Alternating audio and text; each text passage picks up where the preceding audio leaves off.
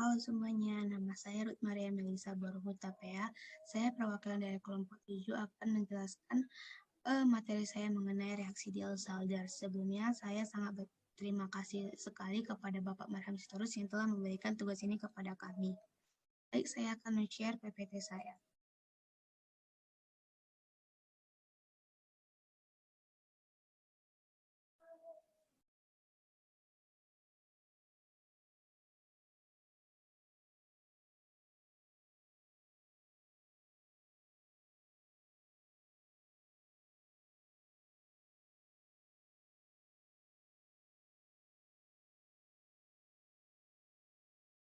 Reaksi Diels-Alder dan reaksi Diels-Alder.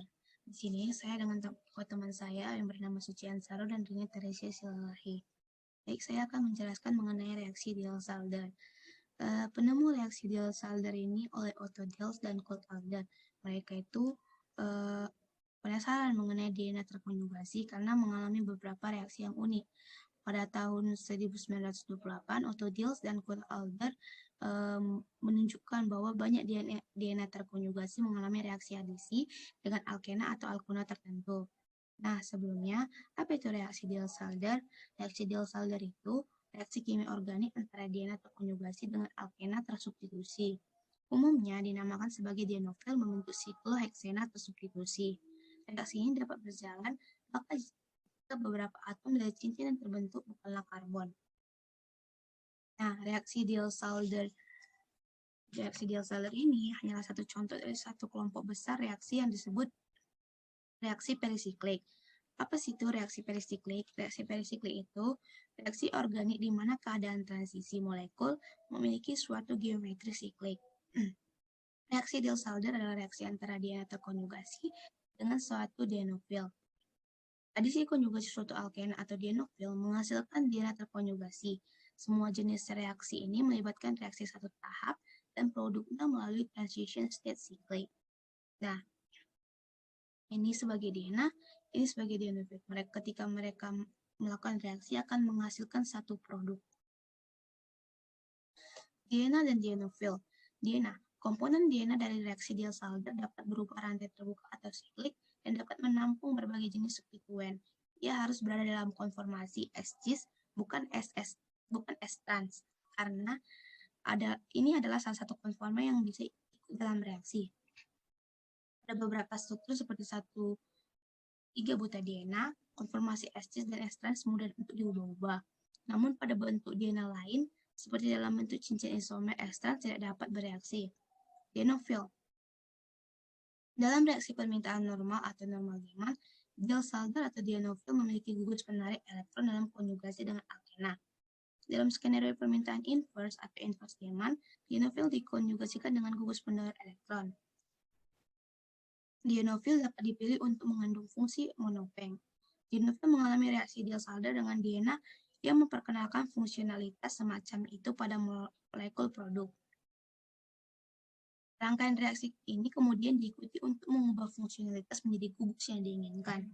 Produk akhir tidak dapat dilakukan dalam satu langkah Diels-Alder karena ekivalen dienofil ini kalau dia sama tidak reaktif atau tidak dapat diakses gitu. Rumus garis. Apa sih itu rumus garis? Karena reaksi Diels-Alder ini mengubah senyawan rantai terbuka menjadi senyawan siklik, penggunaan rumus garis ini sangat penting karena dia bisa memudahkan kita untuk menyatakan senyawan terbuka dalam reaksi ini. Rumus garis analog dengan rumus segi banyak yang menyatakan cincin. Nah, di sini saya memberikan beberapa contoh mengenai rumus garis. Konformasi. Reaksi Diels-Alder hanya dapat berlangsung jika DNA terkonjugasi tersebut berada dalam bentuk konformasi S-cis. Jika DNA terkonjugasi tersebut berada dalam bentuk konformasi S-trans, maka reaksi masih dapat berlangsung dengan bantuan pemanasan. Jadi kalau misalnya DNA terkonjugasi itu dalam bentuk konformasi S-trans, kita bisa buat pemanasan gitu dalam reaksinya. Reaksi retro-Diels. Kasus di mana produk Diels-Alder dapat mengalami lebih dari satu kemungkinan, reaksi retro-Diels-Alder dan ini dapat mengakibatkan pembentukan produk yang berbeda-beda dari DNA dan dienofil asli. Reaksi Diels-Alder adalah kebalikan mikroskopis dari reaksi Diels-Alder. Ini memiliki status transisi yang sama dengan Diels-Alder, tetapi seperti yang kita lihat, reaksi Diels-Alder itu membutuhkan lebih banyak pemanasan, yaitu banyak memiliki penghalang energi yang lebih tinggi daripada proses Diels-Alder yang maju. Ketika reaksi retro-Diels-Alder hanya menyebabkan produk Diels-Alder kembali ke DNA awal, dan dienofil pada dasarnya hanya menyiapkan keseimbangan antara reaktan dan produk. Namun dengan menggunakan mitra reaksi tertentu yang dirancang dengan bagus, beberapa produk Diels-Alder dapat mengalami retro-Diels-Alder yang secara irreversibel mengarah ke produk baru. Biasanya membebaskan gas dan cincin aromatik. Contoh yang paling umum itu adalah dalam penggunaan piron sebagai DNA dengan asetilena sebagai dienofil. Tapi ada juga yang lain selain dari piron ini gitu. Nah, reaksi Diels-Alder atau retro-Diels-Alder dengan piron. Nah, ini contoh yang saya maksud yang menggunakan piron. Piron atau khususnya dua piron adalah molekul siklik yang mempunyai benzen, tetapi sebenarnya tidak aromatik, terkunci dalam konformasi S-cis. Piron akan berpartisipasi dalam reaksi Diels-Alder dengan dienofil. Nah, di sini dua piron itu berperan sebagai diena gitu kan. Terus si asetilena ini berperan sebagai dienofil. Dia itu elektron yang miskin, alkalin elektron yang miskin. Makanya dia berperan sebagai dienofil. Nah, di sini adalah penampakan gambar jika diambil dari atas dan jika diambil dari samping. Nah, pemanfaatan dari reaksi Diels-Alder ini dapat digunakan dalam sintesis asam dimer. Dalam reaksi ini, ikatan rangkap karbon-karbon pada asam akrilat akan bereaksi dengan dua ikatan rangkap pada asam linoleat, membentuk asam dimer yang memiliki dua gugus fungsional asam karboksil atau COH.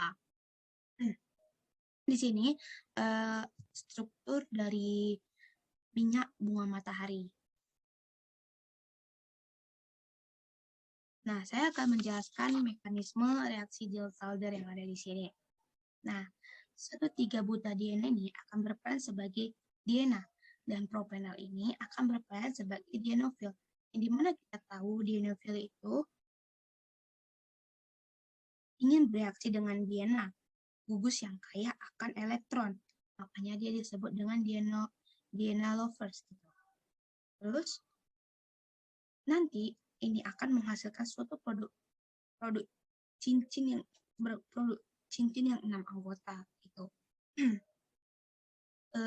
Kemudian 1,3-butadiene ini akan bereaksi dengan propanol, kemudian dipanaskan dan nanti akan menghasilkan produk. Sebelum dia menghasilkan produk, kita harus tahu cara pengerjaannya. Nah, untuk memudahkan kita membuat penomoran dalam struktur ini. 1, 2, 3, 4, dan buat juga di propanol 5 dan 6. 1, 2 itu sebagai pi yang pertama, 3 dan 4 itu sebagai pi yang kedua, 5, 6 itu sebagai pi yang ketiga. Jadi di dalam reaksi ini terdapat 3 ikatan V. Jadi ikatan V yang ada di DNA akan menyerang propanol. Yang di propanol. Kemudian propanol akan menyerang balik di DNA. Jadi dia di dienofil, dia akan menyerang ke DNA. Kemudian di sini kan awalnya udah 4 tuh tangan C-nya di sini. Tapi karena diserang dengan propanol, maka di sini ikatan C-nya udah lebih dari 4, tangan C-nya udah lebih dari 4. Makanya ini yang hijau ini akan dipindahkan. Itulah yang nanti akan jadinya produk. Gitu. Terus sebelum jadi produk, terbentuklah ikatan transisi. Terjadi secara simultan, di mana tidak ada intermediate yang terlibat dalam mekanisme ini. Nah, seperti ini. Yang kita tahu di Gus 5 ini sebagai Gus penarik elektron aldehyde. Jadi, aldehyde ini dimasukkan saja, begitu. Jadi, 1,3 butadiena ini bereaksi dengan propena sebagai reagen, kemudian dipanaskan, maka hasil produk yang didapat yaitu 3 sikloheksena 1 karbosildehyda. Demikian hasil presentasi yang saya bawakan. Semoga presentasi ini bermanfaat buat teman-teman sekalian.